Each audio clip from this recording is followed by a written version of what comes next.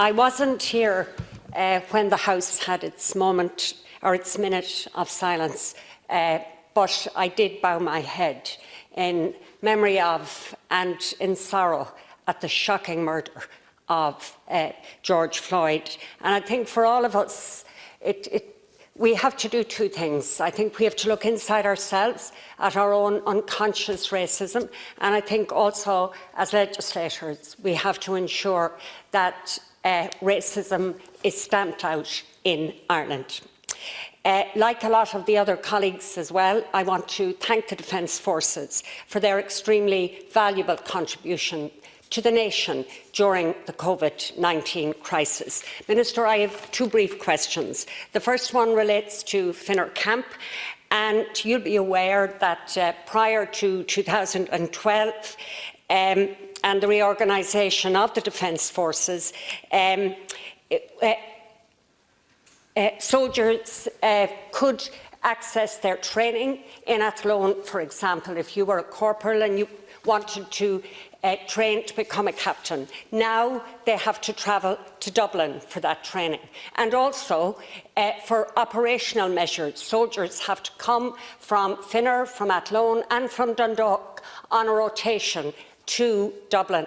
This is a complete waste of time, and it also has a serious impact on people's daily lives and on work-life balance. So I would ask you, in the context of strengthening our defence forces, which I think those arguments have been made very strongly today, that you would look at the re-establishment, even though it is 8 years later, but the re-establishment of the Western Command in Athlone.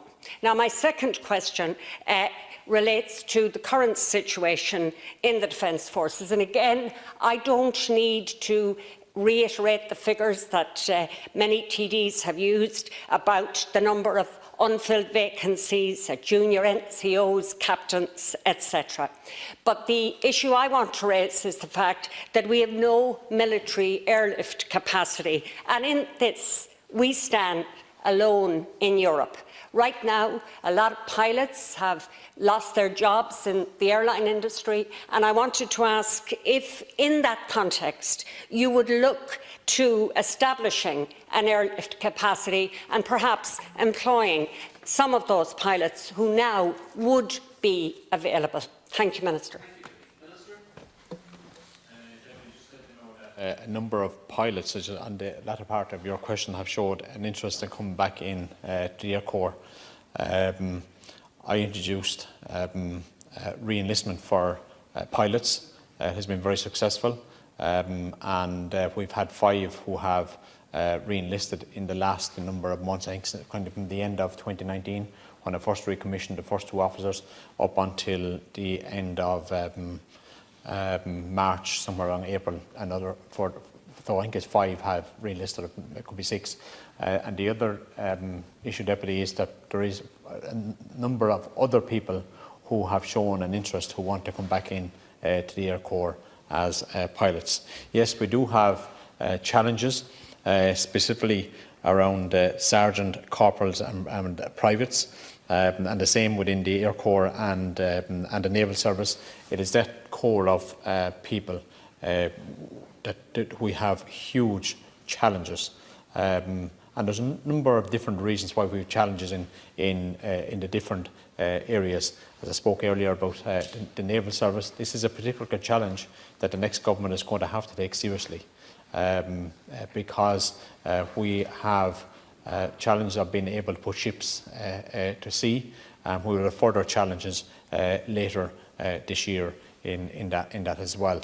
So the next government will have some major decisions to make when it comes to the negotiation of the next round of public sector pay, because the Naval Service is a specific, difficult job that you're spending days and days on end at sea, and we have to be able to make that job attractable, more attractive. On the issue of strengthening the Defence Forces, this has always been a priority of mine, and I will come back to you regarding the amount of travel that's going back, but let me sure any travel that's going by it was asked by, I think it was Deputy Troy earlier today about the health and safety of these people travelling, and I understand from the Chief of Staff all health and safety measures are being taken into account when these people are travelling. But on the specific thing of the our own airlift carrier, as I said to Deputy Pringle, I think we have to be able to demonstrate to the taxpayer as to the reasons why we want one. That we have to have really good, tangible reasons that this will cost a substantial amount of money.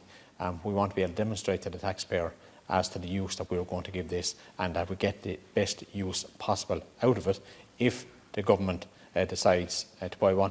I know the next government will have some very difficult economic challenges. In the next government will, but whenever that decision is made, we have to be able to demonstrate to the taxpayer as to why we need one. Okay.